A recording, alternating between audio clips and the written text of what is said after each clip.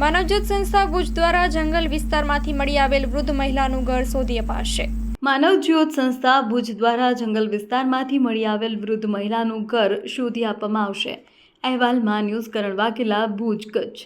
આજે આ મહિલા એક જંગલ જેવા વિસ્તારમાં કે જ્યાં ગાઢ ઝાડીઓ હોય એવા વિસ્તારમાંથી અમારા સંસ્થાના કાર્યકર દેવાંગભાઈ ગઢવીને મળ્યા। તેઓએ પોતાના વાનથી એમને હેમખેમ માનવજ્યોત સંસ્થા ભુજ સુધી પહોંચાડ્યા છે।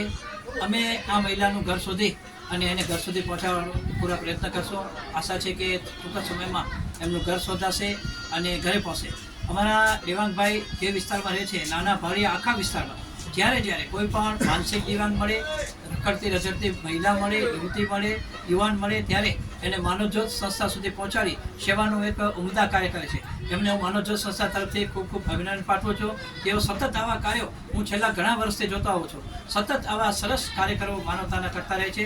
એમની સમગ્ર ટીમને પણ હું માનવજ્યોત સંસ્થા વતી ખૂબ અભિનંદન પાઠવું છું। આજે અમારા નાના ભાળિયાના કાર્યકર દેવાંગભાઈ ગઢવીને આજે જંગલ જેવા વિસ્તારમાંથી એક બેન મળી આવ્યા।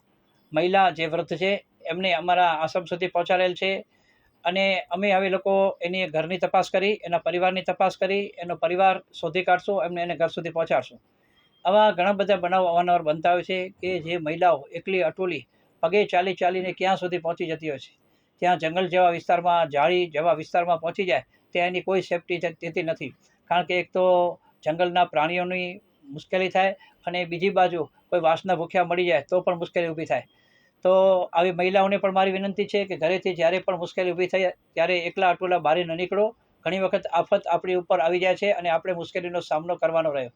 તો આજે મહિલા મળ્યા છે એને અમારા સંસ્થાના બહુ સારા કાર્યકર કે જે એના વિસ્તારમાં, આખા વાડી વિસ્તાર, જંગલ વિસ્તારમાં જ્યારે કોઈ પાગલ મળે, માનસિક દિવ્યાંગ મળે, રસ્તે રઝળતો કોઈ મળી જાય, કોઈ બેન મળે, કોઈ ભાઈ મળે, ઘરથી ક્રોધિત થઈને નીકળેલી કોઈ વ્યક્તિ મળી જાય તો એને પણ માનવજ્યોત સંસ્થા સુધી હરમેશ પહોંચાડે છે અને અમે એમને ઘર સુધી પહોંચાડી છે। તો આજે જે વૃદ્ધ મહિલા અમને મળ્યા છે એમને પણ ઘર સુધી પહોંચાડવામાં આવશે।